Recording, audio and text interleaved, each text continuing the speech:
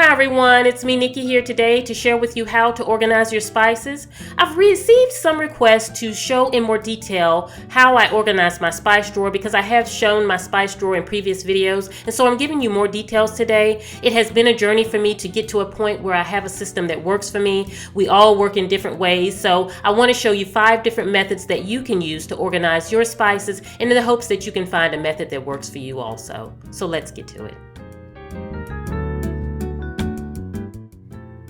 Okay, let's start off with the typical spice rack that we all know about. You can go in the store from Target to Walmart to Crate & Barrel, anywhere you can find a spice rack, and they're fairly inexpensive, but this did not work for me because I needed more spices. It was kind of limiting. It limited me in the amount of spices I could have. You know, I see this as something that may work for someone who really doesn't cook much and you know, they don't need that many spices, or you're just starting out your home.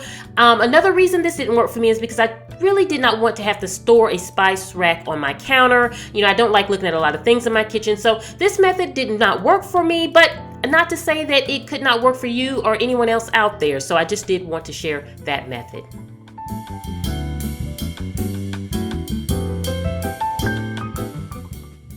Okay, the basket method, this is what I used when I lived in England because I had limited cabinet space, limited counter space, and so I figured, okay, let me get some baskets and put my spices in the baskets. And I had a couple baskets, and I kind of had them categorized by the types of spices, like I would have all my garlic, onion powder, things like that in one, and then I would have more of my baking spices like cinnamon and nutmeg and things like that in another one. But you know, this really did not work for me because one, I just, you know, pulling out the baskets, I always had to lift up all the spices to kind of find the one spice that I was looking for. So, you know, it did not save me time, and it was kind of frustrating for me. Along with, as my collection grew, it didn't accommodate as well as I needed it to. So I had, you know, spices just kind of stuffed in the baskets, and I really did not like this method, but it could work for some, you know, but this just did not work for me. But I did do this when I lived in England.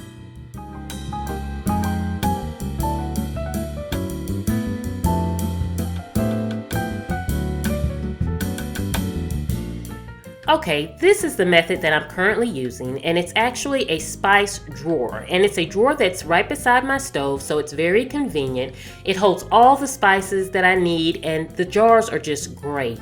I can put my spices in alphabetical order so that when I need to go to my spices, I can simply just go directly to what I need. It keeps life simple. It makes me easily able to access anything that I need when I'm cooking, and I absolutely love it. The jars, they're just a great size, and they fit a full jar of my spices, so when I buy something I can just pour it in there, and it's just really very, very nice size. And so I've been very happy with the jar. And I actually got these from IKEA, and I think you get them in a set for $3-4, and I'll put a link to that in the description box below. But it just really is user friendly, and not only that, it's very affordable. And so that was another thing for me, is that I could put together my spice drawer, and you know, it didn't cost me a ton of money, and it just really was user friendly. So the fit was just great for me. And a friend, you know, she recommended that I do this a few years back, and I'm so happy that she did because it really worked out great for me.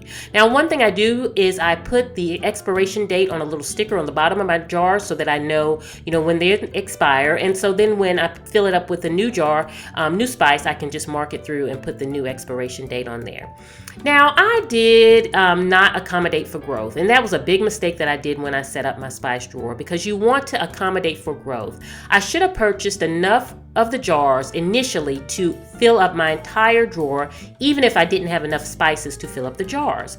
That way, as my collection of spices grew, I could fill up, you know, I had the jars ready. See in the back here, these are all spices that I got after I set up my system here. And so I don't have jars to put them in, which is not very useful for me because I'm unable to put them in alphabetical order, which means I can't easily get to the spices, and it's making my system not work as best as it could.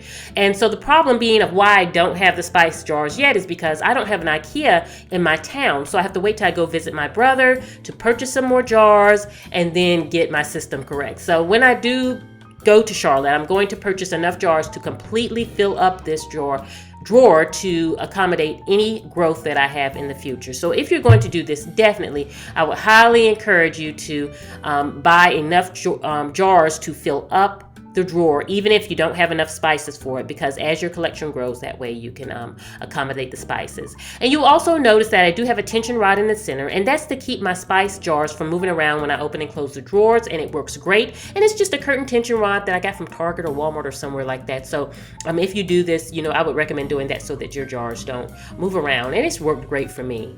Now, what I recommend is don't just go out and buy the jars. Measure your drawer first to make sure that you get jars that will accommodate your drawer so that when you open and close them, you won't have any issues. Now, if you have smaller drawers, you might want to try these little spice jars here, and they're smaller, but they still accommodate a good amount of spices. And you'll see these sometimes. They have them where you can have the magnets on the back and you can put them on the wall and things like that, but you can use these in your drawer instead, and they run like $1.99 at World Market. You may find them inexpensive other places, but that's just where I saw them. But this is just another option that you can use if the jars, the actual IKEA jars, are too big for you. And also World Market, they also sell the IKEA style jars, if that's an option for you also.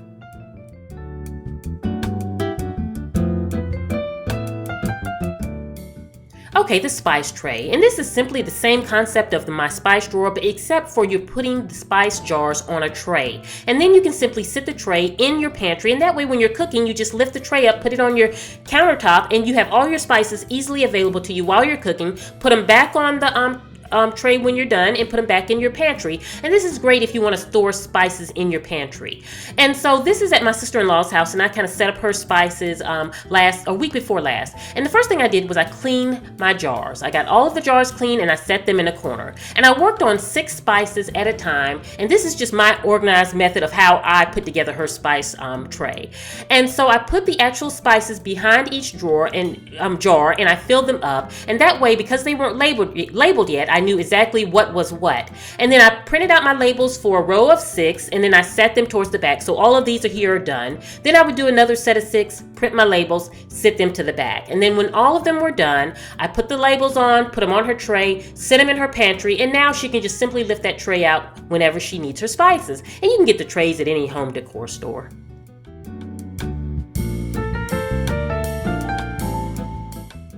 Now, I saw this recently online. I've never used it before, but when I saw it, I said I had to share this because I thought this was just so innovative, and I thought that if anyone had a space or a little nook and cranny in their kitchen, this would work great. I'll put the link to where I found it below on the web in the description box below, but this is a great way to store your spices. If you have like room in between your refrigerator and cabinet, or even in your pantry, and you wanted just a little roll spice cart, I thought that this was very efficient.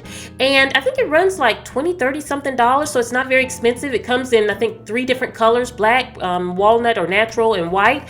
And so I just thought this was a neat concept for an alternative way to store your spice. And it seems to have a lot of room to accommodate a lot of spices also.